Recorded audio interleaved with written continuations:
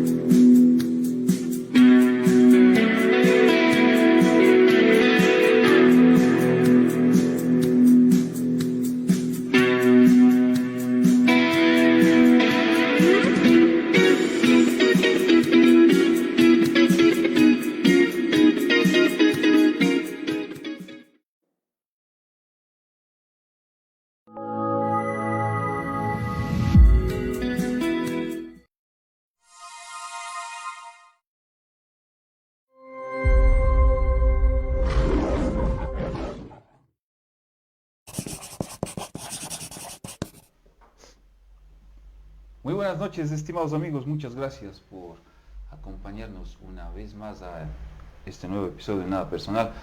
Hoy estaremos con invitado de lujo y estaremos hablando con el ingeniero Blasco Luna, pero previo a conversar con él vamos a agradecer las marcas que auspician este programa.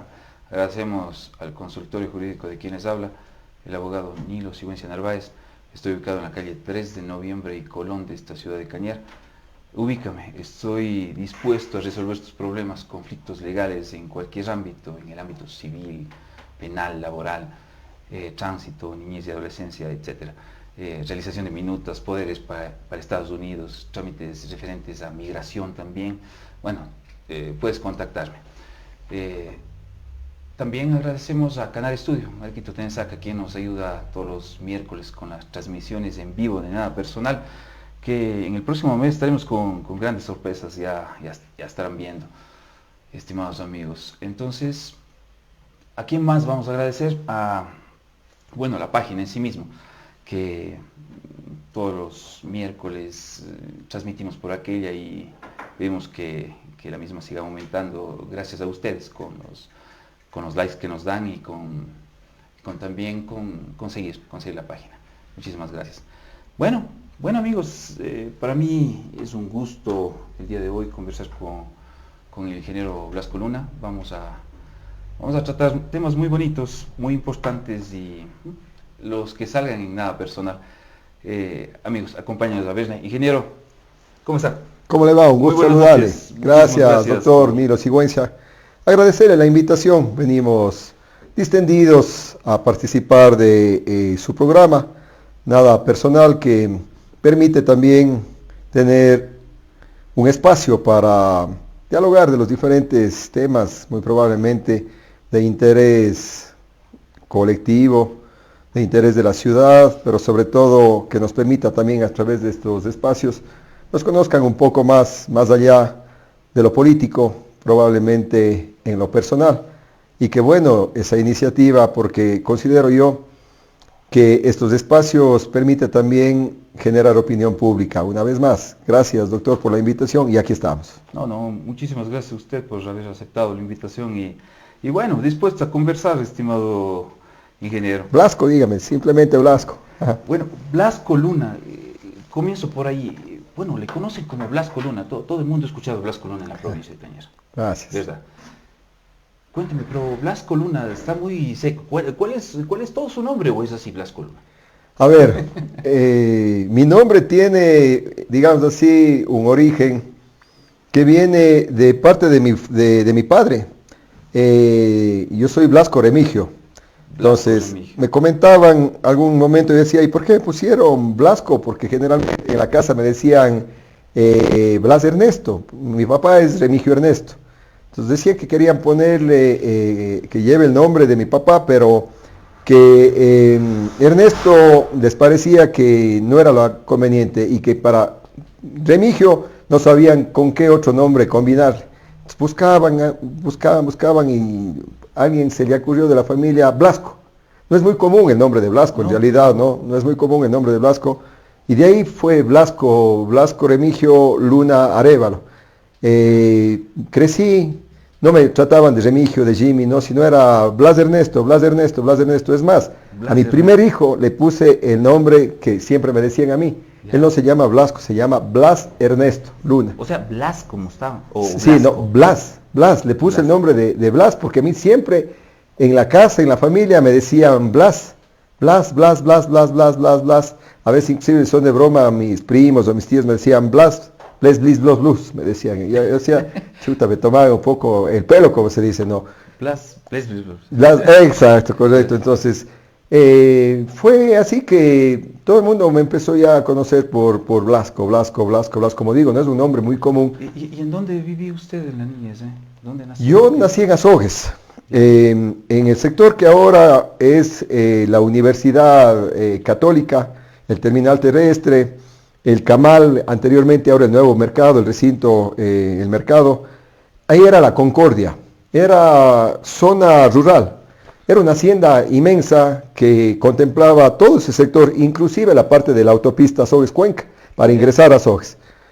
Y mi papá trabajaba ahí a cargo del cuidado de esa hacienda, porque eran de unos señores de Quito. Paulina Aguilar, sí, era el dueño. Entonces mi papá trabajaba ahí. Vengo de pobreza, yo lo digo y lo digo frontalmente. ¿Y qué trabaja su papá? Mi papá de profesión ebanista. Ya. Acabó únicamente su primaria y se dedicó a la ebanistería y luego terminó igual casándose ya con mi finada madre, que era costurera en cambio. Ya. Entonces formaron su hogar y él trabajaba de ebanista. Él, por ejemplo, fue de los que trabajó en la construcción del hospital Homero Castañer Crespo como ebanista. Armaba todas las estructuras para la fundición de las cadenas, de lo que es hoy el hospital Homero Castañer Crespo. Él fue parte de la construcción de la Casa de la Cultura de Azogues, como ebanista, como un obrero más. Claro. ¿Ya? Y mi mamá se dedicaba a los quehaceres de la casa, nunca ejerció la profesión. Pero aparte de eso, se dedicó a la ganadería, y a través de don Paulino Aguilar y doña Idita Burbano, que eran los dueños, como vivían ellos ahí, como personas sencillas, pobres, contratan a mi papá para que administre toda esa propiedad, porque ellos venían solo a vacacionar. La casa hacienda que queda frente a la universidad, que es hoy un museo, esa casa era de la familia Aguilar. Yo iba a ayudar a mis padres en las actividades de cosecha, luego para escoger el maíz. Teníamos ganado también, ayudar en las actividades de la casa, a cuidar el ganado, y también la ebanistería. Yo aprendí la ebanistería ese tiempo como niño, Ahora es el trabajo infantil. ¿Qué sabía? ¿Qué aprendió a hacer? Yo todo. A mí mi papá me enseñó desde lijar un marco o un cuadro, ¿no es cierto?, para los que se colgaban o se cuelgan, digamos así, los diplomas, ¿Ya? hasta el armado de una cama, de un closet, absolutamente todo. Entonces yo aprendí, yo lo hago, absolutamente. El asambleísta Blasco Luna puede hacer una cama, digamos. Exacto, lo hago porque yo aprendí. Es más, nosotros en las vacaciones ayudábamos, trabajábamos, y con ese recurso, que mi papá siempre fue una persona muy generosa, muy buena, me decía: a ver, yo te pongo el material, vos das todo, entregas la obra, y con ese dinero te sirve para comprarte la ropa para que vas a ir al colegio, luego a la universidad para que te ayudes de los pasajes. Entonces yo me volví desde ahí hasta cierto punto autosuficiente para ganarme mi dinero, y con ese dinero poder comprarme los zapatos, los Bunky, por ejemplo. Usted, no sé si recuerda usted es más jovencito que yo, mucho más jovencito. Yo tengo ya 45 años. 45 años, pero en mi niñez, con ese dinero que ganaba de la ebanistería, me compraba los zapatos Bunky. Y le cuento una experiencia bonita. Recién compré los zapatos en la bicicleta que tenía yo, una BMX, ¿no es cierto? Me cojo en la bicicleta, salgo de la casa y me iba a la casa Hacienda. Pero había una bajada bien pronunciada y se van los frenos. Cojo y meto el taco, pues no. Se acabó el taco. Los recién comprados. Llego a la casa prácticamente cogiendo, mi mamá dice: ¿y qué pasó? Digo: nada. Y ahí no era solamente la que ya nada pasa, era la reprendida, porque no había recursos pues, para comprar otros zapatos. Le mandaron a hacer uno donde el tío de mi papá, Polibio Vargas, a ponerle un nuevo taco hecho de llanta de carro.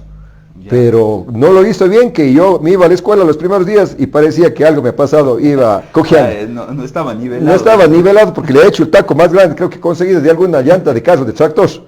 Y termina en definitiva el uno, digamos así, descolocado, que se vieron en la obligación de comprarme ya otros zapatos, pero luego de la buena sepelada, porque no había plata. Pero es una de las cosas que uno quiere en la vida, ¿no? Entonces de allá vengo, de ahí del sector de Azogues. Mi mamá es nativa de Biblián, del sector de la Gruta, la línea férrea, también de familia de pobreza. Iba a visitarle a mi abuela, el autoferro pasaba por ahí. Claro, en la Centinela, me iba desde Azogues a Biblián. Llegaba con mi finada madre desde niño, desde lo que yo tengo uso de razón. Mi mamá se había casado y fue a vivir en Azogues, pero siempre venía a visitarle a mi abuela los fines de semana, y yo le acompañaba a mi madre. Iba, como decir, a vacacionar. Sí, iba a vacacionar no me quedaba a dormir. Yo era muy apegado o muy arraigado a mis padres, no me despegaba con facilidad. Me invitaban a dormir en donde mis primos, así no me iba. Y me quedaba siempre arraigado, como decía mi mismo papá: vos eres muy apegado a la falda de tu madre, te apegas mucho a tu madre. Yo le quería un montón, ella me quería un montón, y hacía eso. Íbamos y regresábamos de la noche de Biblián. ¿Cuántos hermanos son ustedes? Somos 4 hermanos, yo soy el segundo. ¿Usted es el segundo? Yo soy el segundo. Tengo mi hermana Diana, que Diana y mi persona fuimos los que pasamos mayores necesidades, y los que más ayudábamos en la familia, en las actividades, para poder ver un medio sustento, ¿no? Luego viene mi hermana Tatiana y último mi hermano Santiago. Diana, Tatiana, mi persona, eran los que, digamos así, hicimos más actividad. Ahora le dicen trabajo familiar, ¿no? Nosotros era trabajo en la casa. Ya mi último hermano Santiago también, pero no era tanto como nosotros. Ya los últimos, ya no es mucho. Ya no es mucho, pero tenemos una muy buena cercanía, una muy buena amistad. Les quiero mucho a mis hermanos, ellos también me tienen un afecto inmenso, y somos el soporte para mi papá, que enviudó hace 13 años atrás, y tratamos de estar pendientes de él. De ahí vengo, y siempre lo digo con mucha altura y mucho y debía haber sido duro el tema, la pérdida de su madre hace 3 años. Claro, sí, por supuesto. Yo ese tiempo era soltera todavía. Me dolió mucho, y sobre todo ahí el llamado a la ciudadanía, a los jóvenes, a toda la gente, ¿no? Uno no tiene que desaprovechar el tiempo que le da la vida para compartir con sus padres, con los seres queridos. A veces uno dice: ya mañana iré a visitar, igual estar ahí. O ya en otro rato, yo ahorita tengo mi prioridad, salir a hacer esto, a pasear. Y cuando uno pierde al ser querido, dice: ¿y por qué no le di el tiempo? Claro. ¿Y por qué no le di ese espacio que al final del día puede ir a poner el ramo de rosas más grande en la tumba? Ya no sirve. Ya.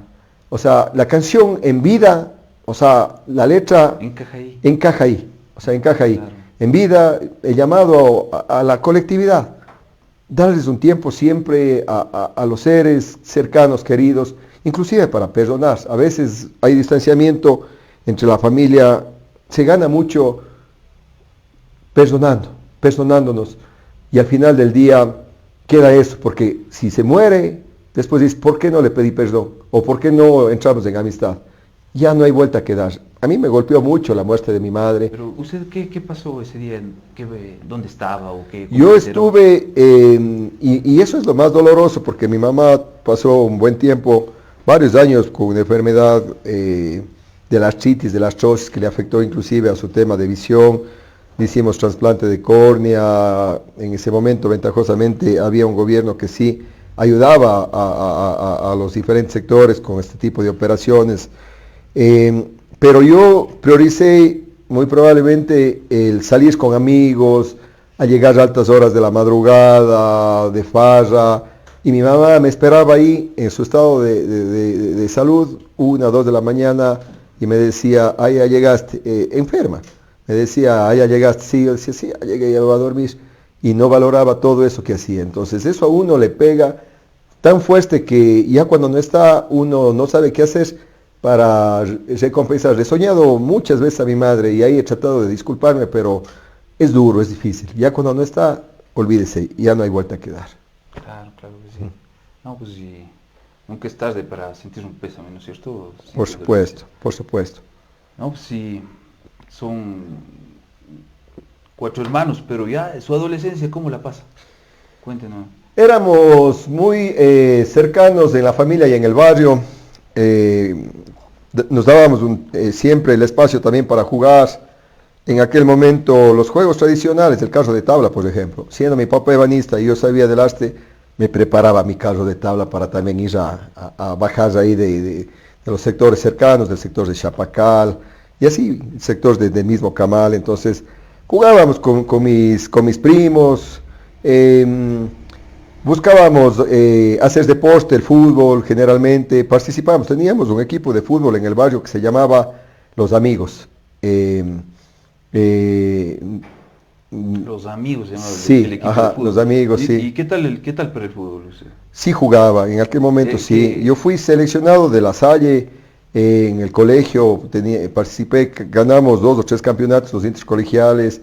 Jugaba, ya me he descontinuado en realidad. Pero es defensa, delantero. Generalmente jugaba de medio campo, lateral generalmente, derecho. Me ponían a veces también en la defensa, entonces me movía ahí, me gustaba el deporte.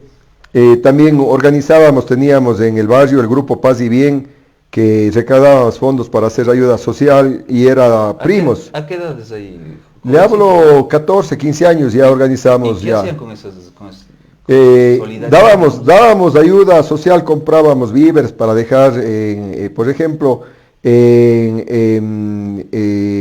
llamaban más antes de los adultos mayores, ¿no es cierto?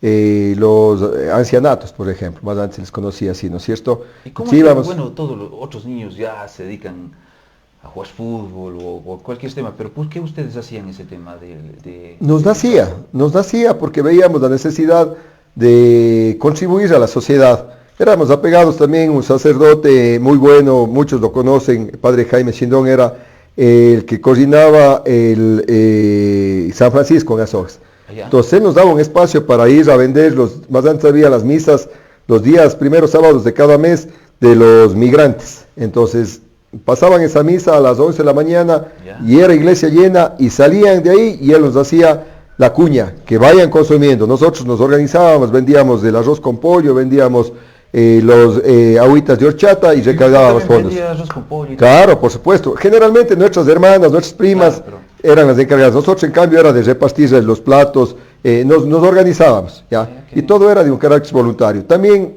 parte de ese recurso, como recompensa, la destinábamos para hacer una gira de fin de año. Nos íbamos en época de vacaciones contratando un bus a la playa y cubríamos todo el gasto de todos que éramos de la organización, desde el hospedaje, la comida, el bus, y era bonito porque llegábamos a la playa, por ejemplo, a Salinas, y buscábamos un hotel para hospedarnos todos, de 3, 4 habitaciones, la comida pagábamos para todos, o sea, hacíamos labor social, pero también compartíamos como organización. Esos recuerdos quedan. Sí, la bonita fraternidad, sólidos, fortalecidos, y ya vino la época de la universidad, ya como que cada uno iba tomando el rumbo, y hasta ahí quedó ese tema de la organización dentro del barrio, pero siempre hemos estado vinculados a tratar de ser útiles en la sociedad. Estaba en La Salle, dice usted. Yo estudié en La Salle. Claro, y bueno, la universidad... En la Universidad de Cuenca. En la Universidad de Cuenca. Sí, veo una anécdota bonito en La Salle. Y me decía uno de los amigos, por ejemplo, Israel, me decía alguna vez, decía, Blasco, pero si vos siempre tenías tu manera de ser, me nombraban presidente desde la escuela de grado, me designaban, por ejemplo, como presidente de curso. O sea, ya era presidente de grado, de curso, encargado de tocar la campana por unos 2 o 3 años.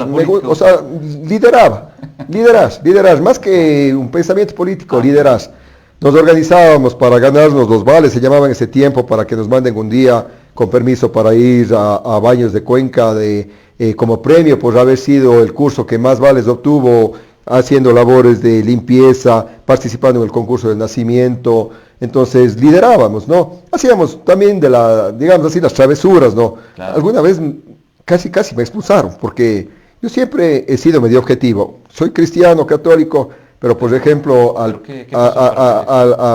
curita que nos daba, al hermano que nos daba religión, yo le objetaba porque venía y decía, por ejemplo, en la Biblia señala que nacimos de Adán y Eva. Yo decía, a ver, pero nos están dando biología, no es tanto así, hay una teoría de la evolución. No, Luna, tienes que vos ceñirte a esto. Exacto, y decía, pero hermano, ¿y dónde queda esta otra teoría? Dice, no, es que esta es la otra teoría. Digo, a ver, ¿cómo es que 7 días se desarrolló todo, no es cierto? O sea, inquietudes que todo joven puede tener, ¿no? Claro. Hasta que llegó un día que al final el hermano cogió y me dijo, Luna, ya no aguanto más que vos me objetes y me hagas esas preguntas.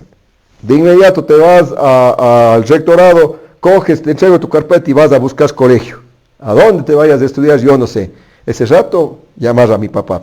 ¿Ya? Llega mi papá y mi mamá, ¿qué hiciste? Digo, nada, solo esto. Entonces, pidiendo al padre, al hermano, que no me expulse. Y luego hablando conmigo, ya sabemos que vos preguntas demasiado, por favor, no hagas que te expulsen, porque ese tiempo también en la educación pública, recordará usted, me gustaba indagar, y la educación pública había amparos en cantidad, recordará, no sé usted, como digo, más jovencito, había 3 meses de paros, ¿no es cierto?, 3 meses de vacaciones. ¿Qué me decía mi papá y mi mamá? Decía, ve, o sea, vos haces esto, ¿dónde te voy a poner? Después vas a perder tiempo que puedes dedicar a adquirir conocimiento porque están en paro tal colegio. ¿Qué hace usted? Ya.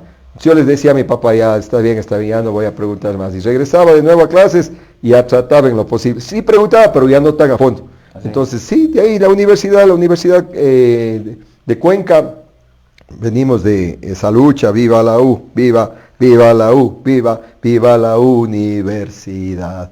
Y esos tiempos era fuera la PRI, fuera la PRI, fuera la privatización. En época claro, era de los sectores de izquierda, movimientos de izquierda. Sí. Era la época de Jamil Maguad, pues. En la época de que nos subieron el gas, en la época de Abdalá Bucarán. Éramos los que veníamos, yo estudié en la facultad agropecuarias, yo soy ingeniero agrónomo de profesión y quedaba en Don Bosco. Veníamos nosotros ese tiempo, cogíamos un bus, le parábamos y decíamos, a ver, necesitamos que nos lleves a la planta central que queda en la 12 de abril. Y veníamos con la gente, compañeros subidos arriba en la pasilla.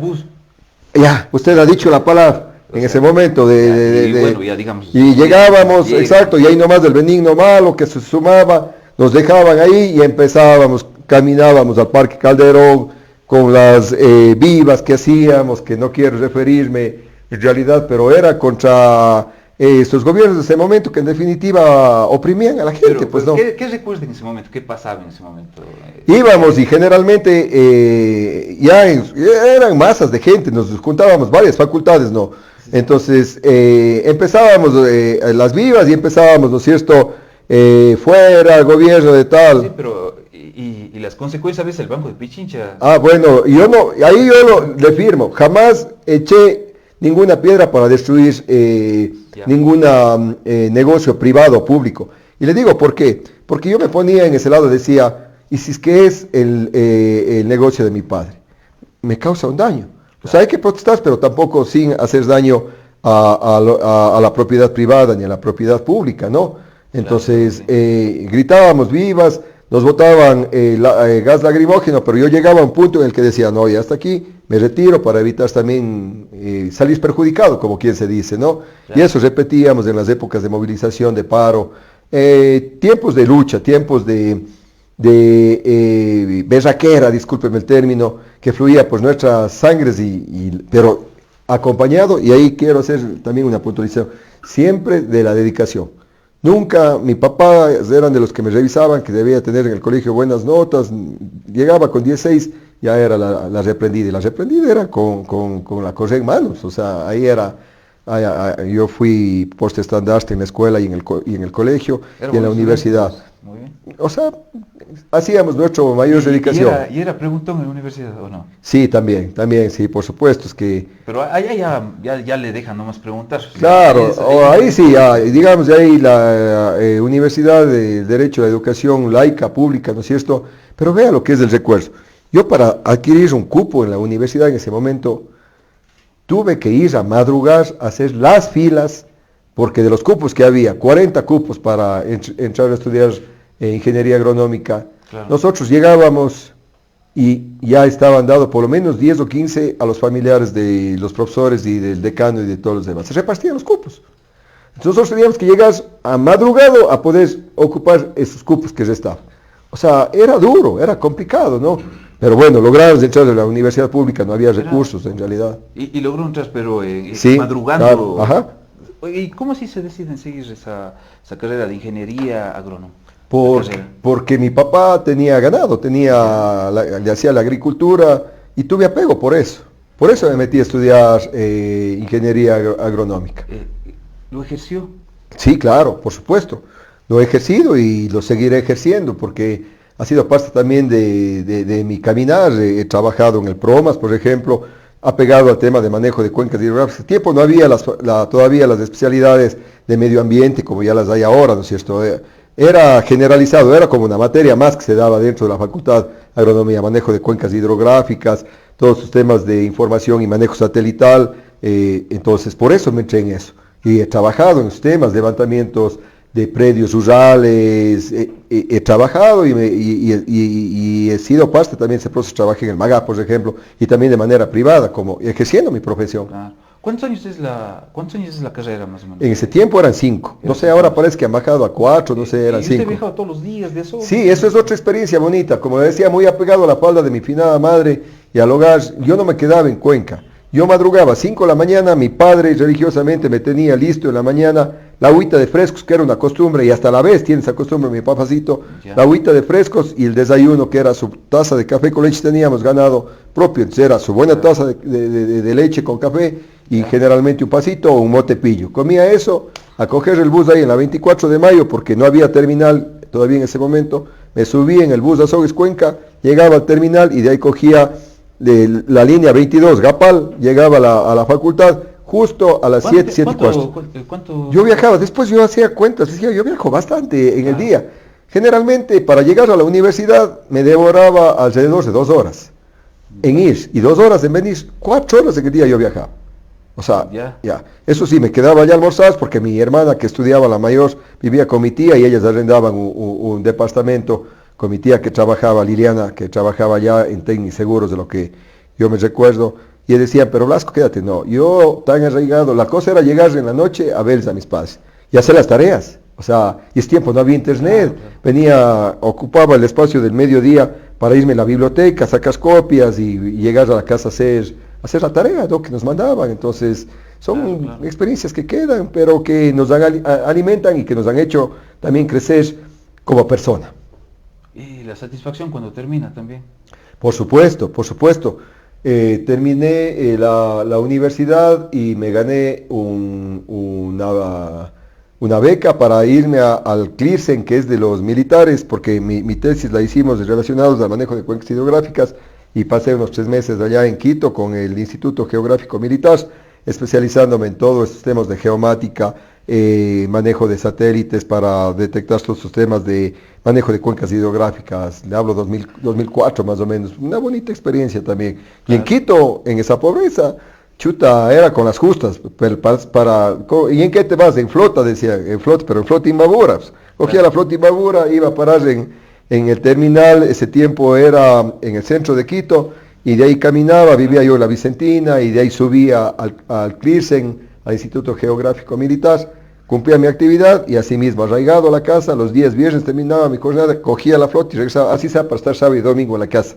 O sea, bien apegado a la familia. Sí, me ha gustado viajar, pero eso queda, eso construye. Las cosas no han llegado fáciles, y eso a uno le alimenta, porque sabe que cada logro, cada peldaño que uno da, cuando lo hace con bien, sin causar daño a nadie, alimenta y sobre todo sirve para uno también dar ese ejemplo y compartirlo para que la gente también lo tenga presente. ¿Cuál fue su primer trabajo? Mi primer, bueno, yo trabajé, le decía, desde niño, aprendiendo. Bueno, pues en el ámbito de su... Ya, en el ámbito de la profesión, en el PROMAS, que es adscrito a la Universidad de Cuenca, que maneja agua y suelos. Ahí por un ingeniero Takuri, que era ingeniero agrónomo también, que nos daba clases, me invitó para que pueda trabajar en un proyecto de levantamiento de información de la cuenca hidrográfica del río Burgay, de donde se cogen las aguas. No es del río Burgay, es de la parte de Huapán, donde se nacen las aguas para Azogues. Entonces yo hice levantamiento con GPS de sus sectores, el Tabacay, es la cuenca hidrográfica del Tabacay. Entonces levantábamos información y luego llegábamos a Cuenca a procesar. Ese fue mi primer trabajo. Créanme que los $150 que gané en mi primer trabajo fue lo más gratificante, porque yo decía, esto me alimenta el alma porque ya estoy ejerciendo mi profesión. No era fácil. Después fui profesor de la Universidad José Peralta, también en Azogues, de la Facultad de Medio Ambiente, por lo que vine aprendiendo en Quito, y todo esto he ido construyendo. Nos pusimos una lavadora de carros en un momento también, porque la situación era difícil con mi papá. ¿Dónde era la lavadora? Donde es ahora, en Azogues, Mirasol, el hermano Miguel y Che Guevara. Sí, ahí tuvimos una lavadora, fue iniciativa mía, hicimos un crédito con el Banco de Fomento, y a lavar carros. ¿Y qué tal ese negocio Duro, pero sí quedaba una rentabilidad. Yo me metía a lavar carros porque a veces no llegaba el personal, y a secas carros, y luego terminaba mi jornada a las 2, 3 de la tarde ayudando al personal que también estaba contratado, y me iba a dar clase en la universidad. Entonces, bonita experiencia, no solamente... brillando ahí. Le buscábamos dejar lo mejor posible, siempre lo mejor. ¿Cómo se llamaba la lavadora? Carwash, Luna Carwash. El apellido de mi papá era Luna Carwash, así se llamaba. ¿Pero cuánto tiempo lo tuvieron? Lo tuvimos 1 año, de ahí vino la oferta de Mirasol, que nos quería arrendar ese predio para un giro de negocios que ellos tenían, que les resultaba a mi papá más conveniente, y también hubo una oferta de un señor que quería comprar la lavadora porque veía que el negocio era rentable. Entonces tomamos la decisión, porque yo en cambio ya empecé a trabajar de director del CREA, el organismo de desarrollo regional. Creo que yo fui el director más joven de este organismo de desarrollo regional, el CREA, en la provincia del Cañar, cuando llegó ya la Revolución Ciudadana. Ahí ya me metí a ese trabajo, y ya la lavadora ya no había quien administre mayormente. ¿Cómo llega a su vida la Revolución Ciudadana? Vea, una bonita experiencia, porque estaba yo dedicado al ejercicio de la profesión, y yo militaba en ruptura de los 25. Entonces, cuando llega ya a ganar en el 2007 la Revolución Ciudadana, empiezan a requerir profesionales para que sean parte de la administración pública. Y me contactan para que asuma esa responsabilidad. Pucha, yo agradecido como el que más. Claro. Asumir esa responsabilidad, dije, de una. Y era difícil porque era una institución que tenía profesionales ya de años, ingenieros, médicos veterinarios, agropecuarios, y que llegue, decían, Wambra de 26, 27 años al frente, ¿qué pasa? Si tuvo ese conflicto de... Claro, por supuesto, por supuesto. Chuta, ¿cómo? ¿Qué? Es un choque fuerte porque al final... Usted va con muchas ganas. Con todas las ganas del mundo, pero llega y ve profesionales que no llegaban a la hora, hacían trampa, dejaban marcando y se iban a sus negocios privados a vender medicamentos, o sea, toda la cosa, ¿no? Yeah. Pero yo tuve el respaldo de una estructura del gobierno que se dieron cuenta que esta institución habría que desarmarla porque no estaba cumpliendo bien la función y habría que reorganizar el país. Entonces yo estuve dentro del proceso de desarmar al organismo de desarrollo regional, el CREA, y que se destinen estos recursos a través de los gobiernos autónomos descentralizados. Fue duro porque a mí me tocó asumir esta responsabilidad, pero que al final del día había que hacer y había que tomar la decisión y me sirvió de mucho para adquirir experiencia. ¿Cuánto tiempo estaba al frente? Un año. Y después hubo el llamado para hacerme cargo de Proforestal, que era una institución creada por el mismo gobierno para reforestar el país. Yo estuve a cargo de la coordinación, hablemos dirección de Proforestal en el Cañar. He hecho cargo de todo el programa forestal en la provincia del Cañar. Por eso dejé esa función y asumí esa responsabilidad. Ahí estuve alrededor de 7 años, por ejemplo. 7 años. Sí, entonces, ejerciendo mi profesión. Entonces, esas experiencias quedan, ¿no? Quedan bonitas ahí. De las cosas malas, uno saca también sus fortalezas para no caer en esos negativismos y buscar salida y solución. La vida no es fácil, claro, pero tampoco hay que entramparse y no hay que dar el brazo a torcer. Yo algo tengo que siempre me recuerdo que mi madre me dijo cuando yo fui a ser profesor en la José Peralta, me topé con alumnos que eran mucho mayor a mí y me tocó dar estadística y llegaba a dar estadística, y los típicos que dicen, Wambra, pendejo, dándome clases, vamos a ver si sabe hacer preguntas sobre la media, la mediana, o sea, temas no. Y yo tenía que ir preparado, pero era casi como un bully que querían buscarme la manera. Yo tenía que quedarme hasta la madrugada preparando la clase del día siguiente, porque el día siguiente yo tenía que estar en la mañana en la lavadora de carro. Y un día le digo a mi mamá, ya no aguanto más, ya va a dejar ese tema de la universidad. Aparte de eso, no pagan bien, porque no nos pagaban bien la hora de profesor. Era casi ad honorem, creo que $2 creo que nos pagaban. O sea, comparado con otras universidades era más ad honorem, para hacer carpeta en definitiva, claro, ¿no? Carpeta, ¿no? Entonces mi mamá me dijo, verás, mijo, llévate esto. Nunca te dejes avasallar, ni que nadie dude de tu conocimiento. Amanécete, prepárate, vos eres capaz de todo.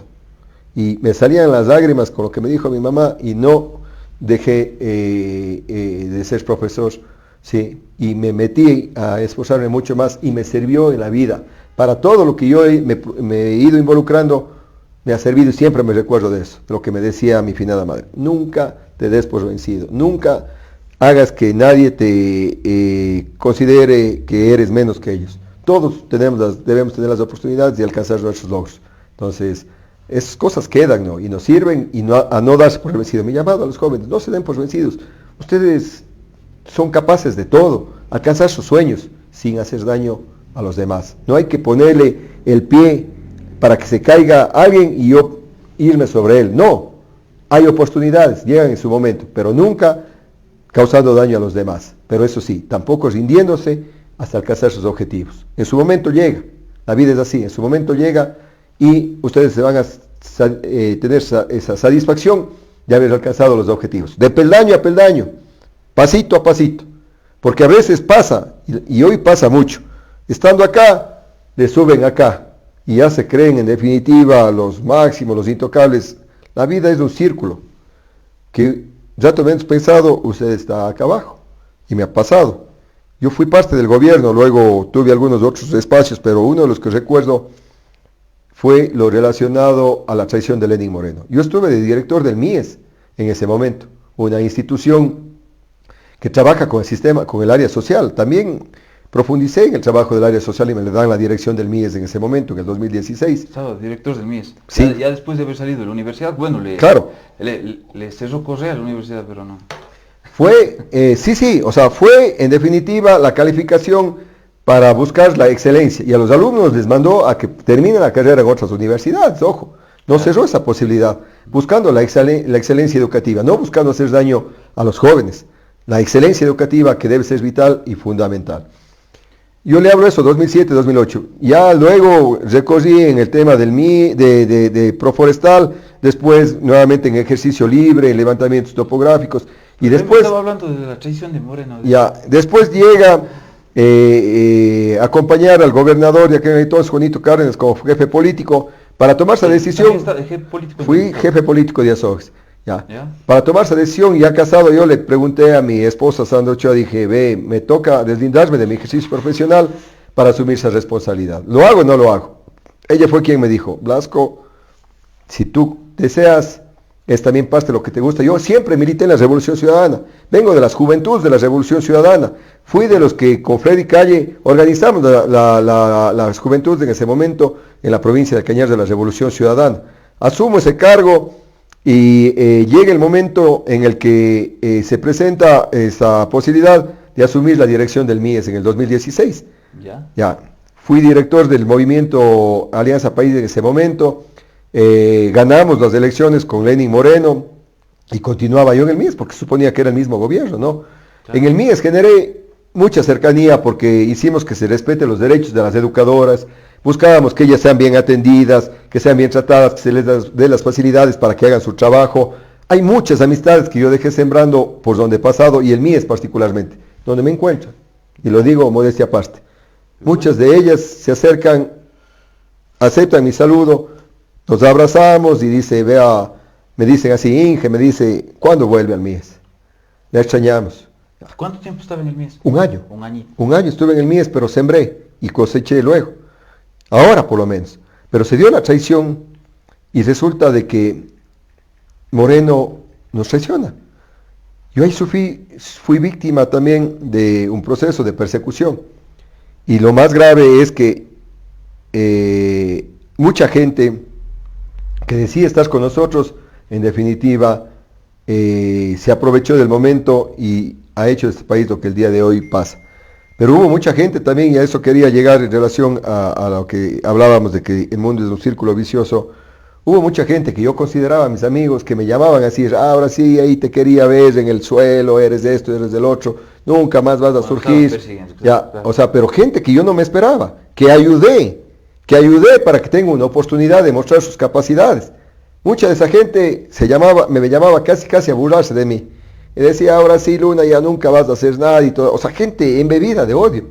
Claro. Entonces eso me sirvió a mí también para saber de que cuando uno está en los espacios tiene que saber también actuar con mucha responsabilidad y saber de que muchas de las cosas que le dicen, lo dicen únicamente por conveniencia.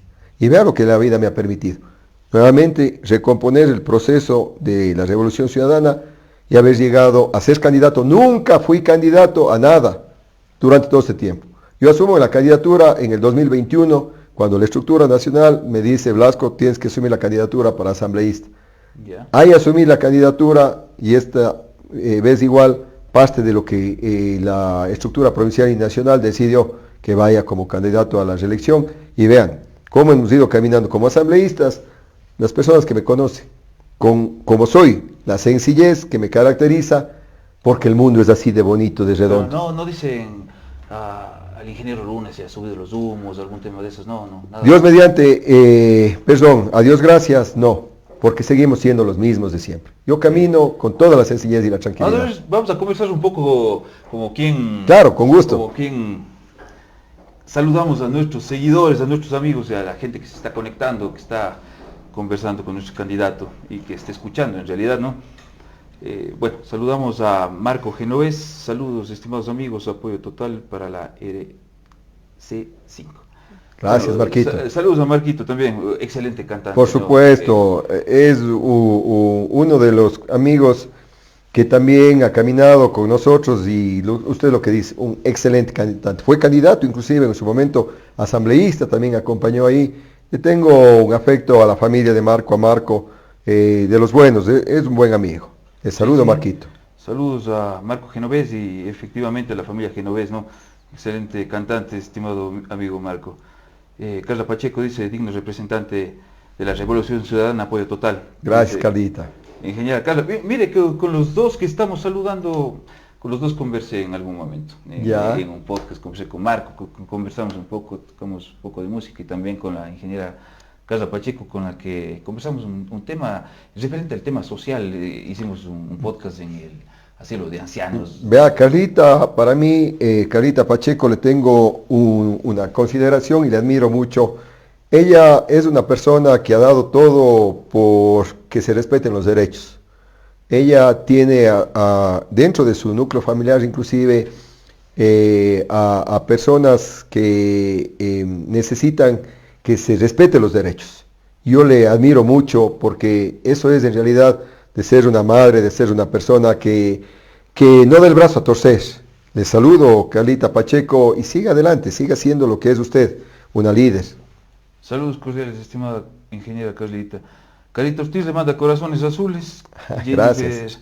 Saludos también a Carita Ortiz. Jennifer Padilla Ortiz dice, el mejor programa de todos. Qué conociendo bien. al candidato desde otra perspectiva. Gracias, seguidora número 1, le mandamos un fuerte abrazo. Le saludamos y doy fe de ello porque uno tiene este espacio para hablar de lo que es, ¿no? Al final distendido, sí. No solamente en el ámbito de la función política, y nos permite también mostrarnos lo que somos en realidad. Claro que sí. No, qué bien. Muchas gracias. Italia Sigüencia Pinos dice, excelente intervención, Blasco, felicitaciones, muchísimas gracias. A todos y cada uno de ustedes que se van conectando, Evelyn Sigüencia, gran programa, Rosita Narváez, un excelente programa, nada personal, felicitaciones al ingeniero Blasco Luna, éxitos. Liliana Sigüencia Vázquez también le manda muchos aplausos, excelente programa y muchos éxitos. Patricio Ávila, excelente programa, dice, conociendo la sencillez y humildad de Blasco asambleísta. David Nivelo Tené Massa, Blasco Luna, Arévalo, éxito siempre adelante. Walter Orellana, todo 5.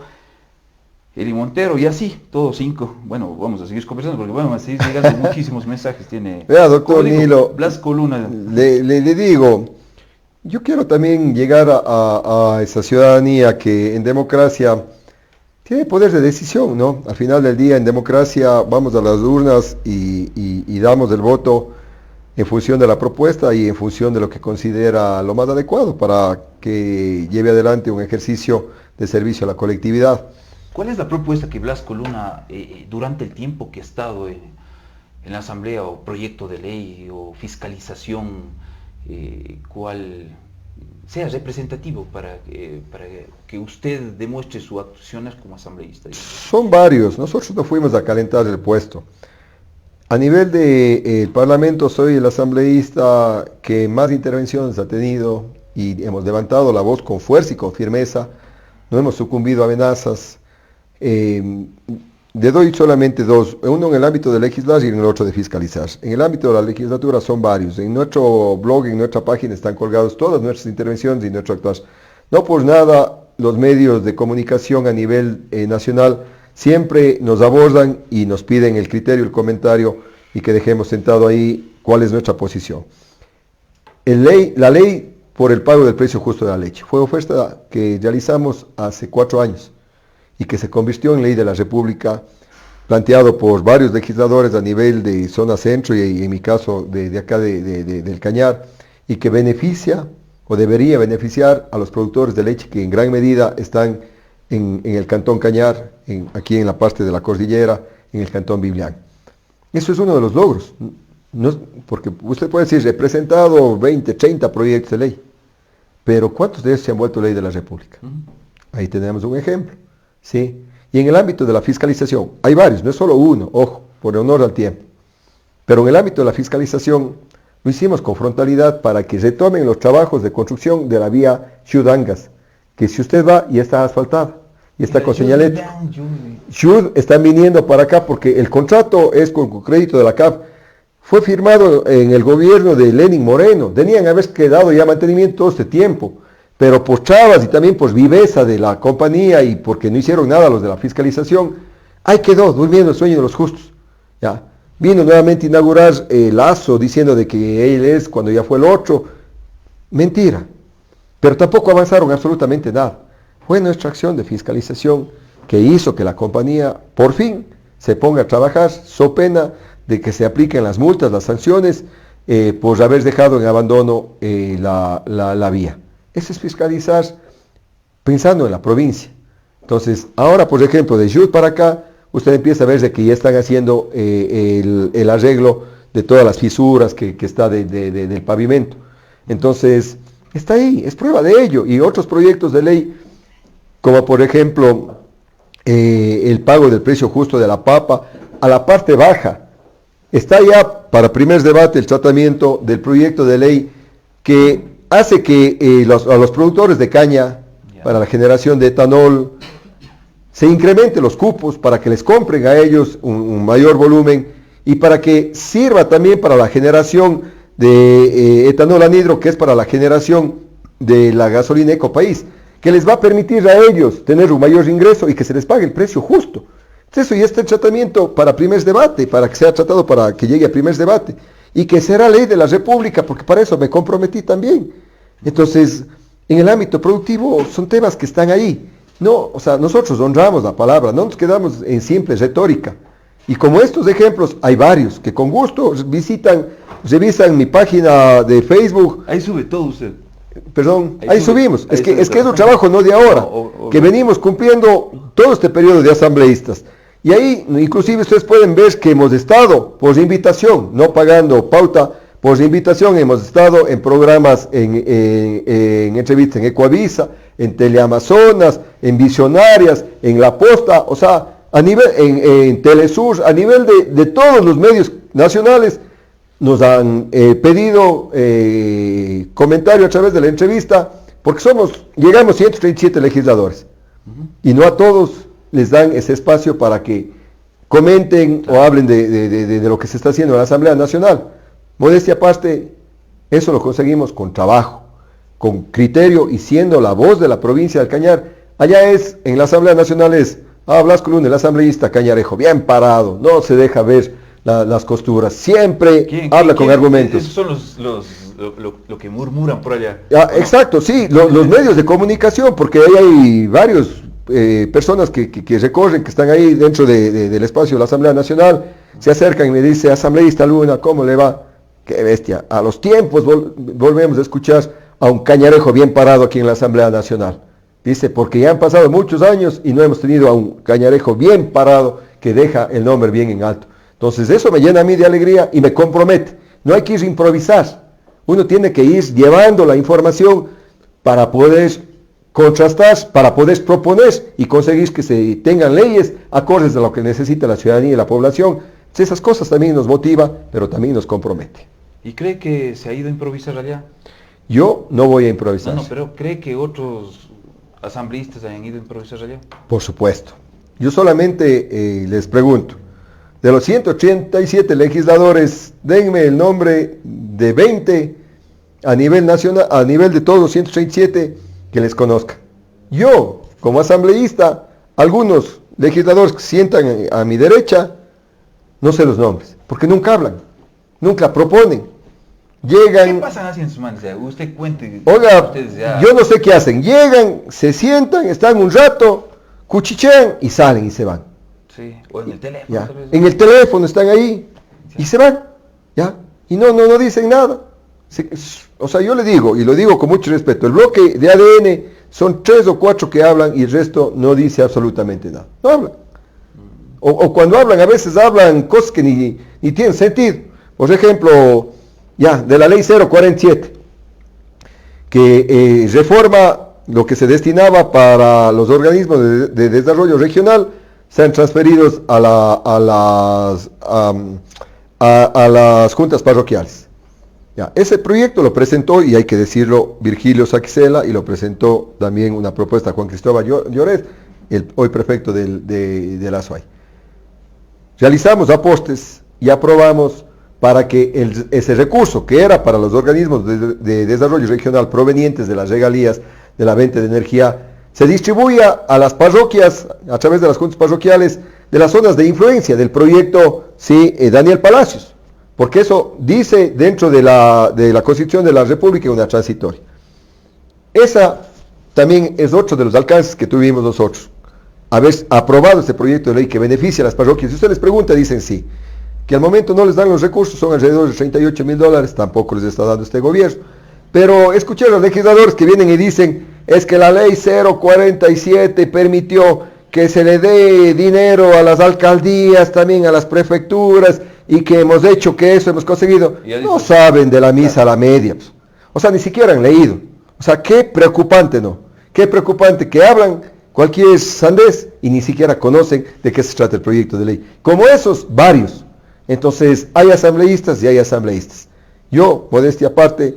Me acuerdo que alguna vez pusieron un asambleísta que había estado viendo cosméticos o algún tema de... Imagínense, reprochable. Usted tiene que ir a generar ahí para lo que fue elegido, ¿no es cierto? Cada debate tiene una temática. No debemos también ser expertos en todo, pero por lo menos hay que revisar para saber de qué se trata y también poder, por lo menos, opinar si es necesario. Entonces, pero hay otros que ni saben o están preguntándose entre ellos, oye, ¿y esto de qué sería? ¿De qué será? Y nada más. Entonces, hay asambleístas y hay asambleístas, y esa la ciudadanía también tiene que conocer y saber. Solamente pregúntense de los 137 a cuántos conocen, y ahí nomás se van a dar cuenta de que son contados con los dedos de la mano los que generalmente estamos proponiendo, estamos opinando y estamos generando debate. Qué bien. ¿Cuánto tiempo está en la Asamblea? ¿4 años? 3 años y medio, en mayo cumpliría 4 años, que es el periodo en definitiva para el que uno es elegido. Se vino la muestra cruzada, fueron 6 meses que no he estado, menos tiempo he estado entonces, alrededor de 2 años y medio, 3 años nada más, porque 6 meses fue la muestra cruzada, que se dio el proceso de elecciones, nuevamente, y gracias a la voluntad del pueblo nos votaron y nuevamente fuimos a ocupar esa curul para completar el periodo. ¿Cómo sería la tercera elección? El segundo periodo, o sea, sí. Pero tercera elección. Claro, tercera vez que me toca ir a las urnas, ¿no es cierto? Claro. Pero representa el segundo periodo porque fue interrumpido el primero que se eligió en el 2021. A Dios gracias, hemos honrado la palabra, tenemos nuestra carta de presentación, nuestros proyectos aprobados. Soy vicepresidente de la Comisión de Desarrollo Económico. Muy pocos llegan también a ocupar. Se ha transferido al Ministerio de Transportes y Obras Públicas y a las prefecturas para que mejoren la vialidad. En otro proyecto de ley, en el tema energético, también propuesta de Blasco Luna de mi despacho, conseguimos de que el gobierno priorice terminar los proyectos de generación hídrica, como el que está en Mazars Dudas de Alazán, que quedó a medio hacer y que generaría alrededor de 20 megawatts. Está dispuesto que se tiene que priorizar la terminación de ese proyecto. Consta en la ley, dentro de esta ley económica urgente. Lo malo que el gobierno no cumple nada más, pero nosotros hemos apostado con esas propuestas que se han convertido en ley. ¿Y la fiscalización para que se cumpla? Es necesario fiscalizar permanentemente. Yo le decía, como por ejemplo la fiscalización de la vía Ciudangas, Ciud Biblián, La Troncal. Ya. Pero también hemos llevado adelante procesos de fiscalización en el que ha habido incumplimiento de ley y norma relacionadas, por ejemplo, a la estabilidad laboral de los médicos, que mediante nosotros, amigos Curae, participamos y exigimos de que se les dé lo que se les ofreció en su momento con lazo de estabilidad laboral a través de la ley sanitaria. De protección, entonces. Por supuesto, algunas. En el tema de los radares, por ejemplo, de igual manera, presentamos acciones para que no se le meta la mano a los alíes. No les han terminado dando un espacio o un cupo para que puedan ser operados. Hemos pedido información y hemos fiscalizado porque se les ha negado el derecho a que puedan tener una operación que necesitaba una prótesis de lo que ellos les decían, no hay plata.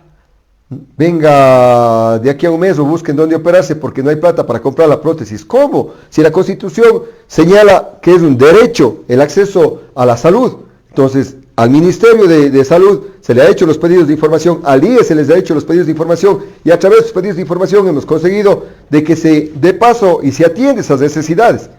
Como fiscalización, nosotros no podemos tener tráfico de influencias de por medio, pero sí fiscalizar. La avenida 16 de abril en Azores, por ejemplo, que la anterior administración, el anterior alcalde se puso a cobrar porque fue, según él, parte de la obra de él, cuando el gobierno de Rafael Correa Delgado inyectó recursos para que se construya esa vía y se le estaba cobrando como parte de contribución de mejoras. Hicimos una fiscalización a través de revisión de los informes de auditoría y se hizo de que no se les haga que pague estos recursos y que más por el contrario se les devuelva a quienes ya pagaron algunas cuotas de contribución que no debía hacerse. Temas como esos, hay varios pedidos de información. No ha faltado en nosotros la fiscalización. Muy bien. A esa iba mi pregunta. Hoy día viene de un debate. ¿Qué tal le pareció el debate? La ciudadanía empieza ya a comentar y sacar sus conclusiones. Nosotros fuimos con argumento, fuimos con respeto y a no caer en la provocación. Llevamos adelante una propuesta en los ejes que nos plantearon: seguridad, el ámbito de bienestar social, el ámbito de la reforma constitucional, y dejamos sentado clara nuestra postura y sobre todo nuestra propuesta. Como digo, son espacios que permite a la ciudadanía escuchar y tomar decisiones. Yo salí muy contento porque los ataques mayormente querían venir contra nosotros, pero sin fundamento y argumento. Nos vinieron por lana y salieron trasquilados, porque para eso sí nos hemos preparado y sobre todo con altura. La gente ya está cansada de culpa de Correa, culpa de los revolucionarios. La gente ya está cansada. Ustedes deben estar cansados. O sea, de tanto créanme ataque, que ¿no? ya nosotros, en definitiva, no hace nada, ¿no es ya en cierto? definitiva, porque ¿qué ha llevado toda esa polarización y ese odio? A que tengamos un país fraccionado y que no se haya resuelto las múltiples necesidades que tiene la población. De seguridad, somos de las provincias a nivel de la sierra más inseguras del país. La Troncal, puntualmente el Piedrero, es las que mayor número de muertes violentas por cada 100.000 habitantes representa, considerándose la Troncal como de las más peligrosas del mundo. Entonces, toda esa polarización no ha contribuido nada. Nosotros deseamos, yo no voté por ese incremento del IVA en la Asamblea Nacional, ¿no es cierto? Que decían que ese recurso iban a utilizar para equipar a la policía, y no lo han hecho. Entonces nosotros estamos fiscalizando a dónde ha ido esa plata, a dónde ha ido ese recurso, porque en seguridad no vemos, la policía sigue desarmada, las unidades de policía comunitarias totalmente abandonadas, no han investido un real en equipamiento de chalecos, de inteligencia para detectar a los grupos irregulares, ¿no es cierto?, a los traficantes, a los sicarios, que permita desarmar estos grupos delictivos. No han hecho absolutamente nada. Entonces nosotros necesitamos fiscalizar y necesitamos hacer de que con una política transversal también se combata aquello, se equipe a la policía, pero también se garantice la educación a las familias pobres de escasos recursos para que no sean cooptados por estos grupos irregulares, porque eso pasa generalmente en los suburbios, en la parte suburbana.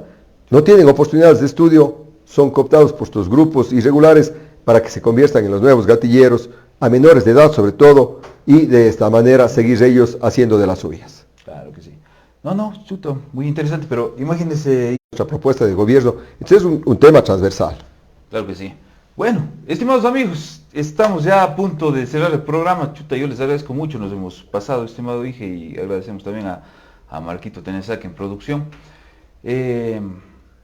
Hemos tenido temas muy importantes. Se queda muy corto el programa porque Gracias, yo le iba a preguntar otras cuestiones también, pero al haber la oportunidad, estimado asambleísta. Por supuesto, Blasco, como le digo, simplemente Blasco. Blasco Luna. Exacto, correcto.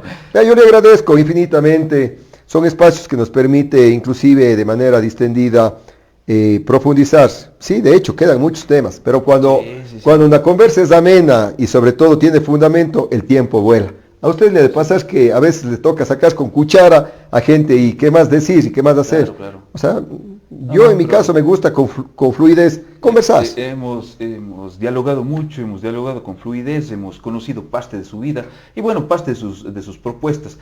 Por ahí iba a tocar algunos temas, pero quedarán para una segunda parte, estimados amigos. Estaba con ustedes el ingeniero Blasco Luna, a quien agradezco y bueno, le dejo con sus últimas palabras. Diríjase a su electorado que, bueno, las elecciones. A ver, yo soy muy directo. Hay que involucrarse en política. A los jóvenes a involucrarse en política. Hacer del espacio de la política un verdadero espacio de servicio. a que dejemos de lado el odio y la polarización. Este país necesita unidad. Nos cobija una sola bandera, la amarillo, azul y rojo. Nuestras propuestas son claras y contundentes y ya somos un proyecto demostrado, que permitimos que este país mejore y que pueda caminar rumbo al progreso y al desarrollo. Estos últimos ya 8 años, prácticamente lo que hemos tenido es un retroceso. Es necesario entonces tomar decisiones y nuestra propuesta es clara, con la compañera Luisa González, en mi caso como asambleísta, acompañado de Guido Nivelo, de Karina Fernández. Nos presentamos como propuesta y les pedimos que este 9 de febrero nos den ese voto de confianza, que podamos revivir al Ecuador. Simplemente a ustedes ese llamado a involucrarse en política y hacer de este país, mediante la democracia, un país de porvenir. Muy bien, estimado ingeniero. Y miren ahí, entre aquellos de la lista, un buen amigo mío, el doctor Guido Nivelo, a quien le mando un fuerte abrazo, estimado amigo. Correcto, compañero candidato con quien estamos caminando a la provincia del Cañar. Muy bien, eso ha sido todo, estimados amigos. Ha sido un gustazo haber compartido con ustedes y con el ingeniero Blasco Luna. Les espero el próximo miércoles, estaremos con invitado de lujo y estaremos con muchas sorpresas. Hasta el próximo miércoles.